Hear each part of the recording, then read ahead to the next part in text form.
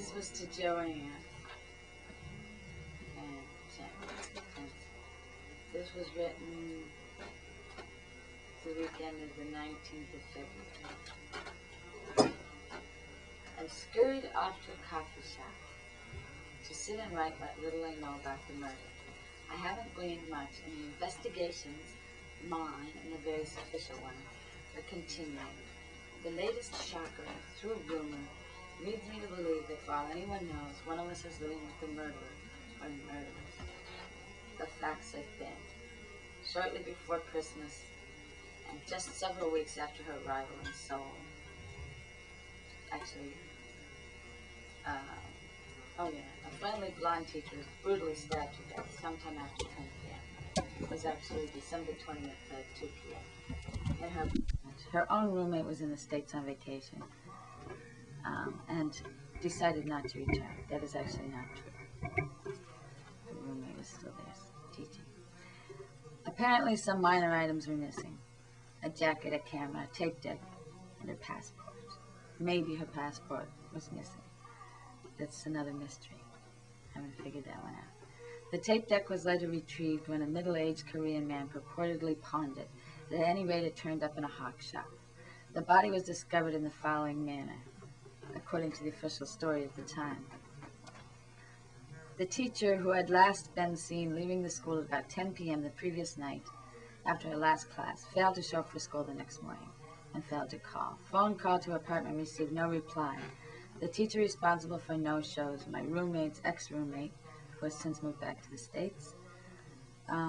They were both friends of Carolyn Abel, the murdered woman. I wondered what the hell, since Carolyn hadn't mentioned she'd be out. So when she and my roommate, Timey, both had a break, they went over to her apartment. The door was unlocked, and on entering discovered said brutally stabbed body on the bed in her bedroom.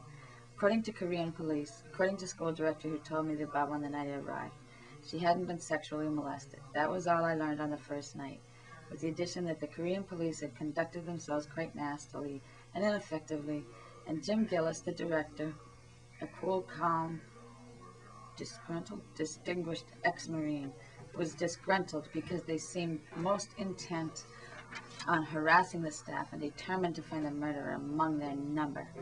The next thing I heard, and here is all secondhand, half-baked info from other teachers, all of whom seem or claim to be equally in the dark and unpossessed of facts, though each has their own favorite set of theories, was that Carolyn was a very friendly and seemed to know all sorts of people in Seoul, both Korean and foreigners, that's us, which the teacher, Eileen, who's quite prissy, found remarkable since Carolyn had been here such a short time, casually suggesting that she was perhaps too friendly, or maybe naive, that Carolyn, Timey, and Timey's roommate, Kathy, had formed a fast friendship, that she'd heard something about a window possibly broken, and the fucking gory details, which include the soles of Carolyn's feet having been slashed.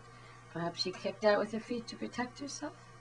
As well, for a final touch afterwards, her throat to make sure she was quite dead. According to Eileen, the uncomforting rule here amongst robbers who are discovered in the act is to kill the victim just so. Must be stiff penalties for break-in. The victim's apartment is on the top floor, the 16th. And while there are balconies, they are so constructed as to make it harrowingly difficult to go from an adjoining balcony to another. The apartments are entered through an exterior walkway on the opposite side. Hence, one only has neighbors to right and left below, and except on the top floor above. It's just possible, if one was brave or desperate, to get in over the next balcony or swing down somehow from the roof, I suppose. I'm not sure that I believe in the broken window. She didn't know what window it was, or if that part were true. There are also windows facing the exterior corridor, but those are covered with grates. However, they weren't at the time. I learned later.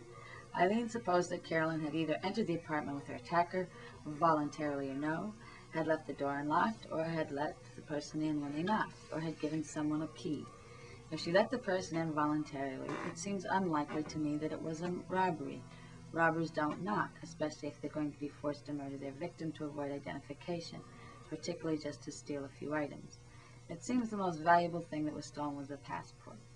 An American passport would be extremely valuable, which led into the possibility of a North Korean agent and various other types who might desperately require a passport, including disgruntled GIs who want to get the hell home. Then Pat, was one of the three stooges who arrived at the same time. A fourth teacher did too, Ed, but he's not a stooge. Blah, blah, blah, blah.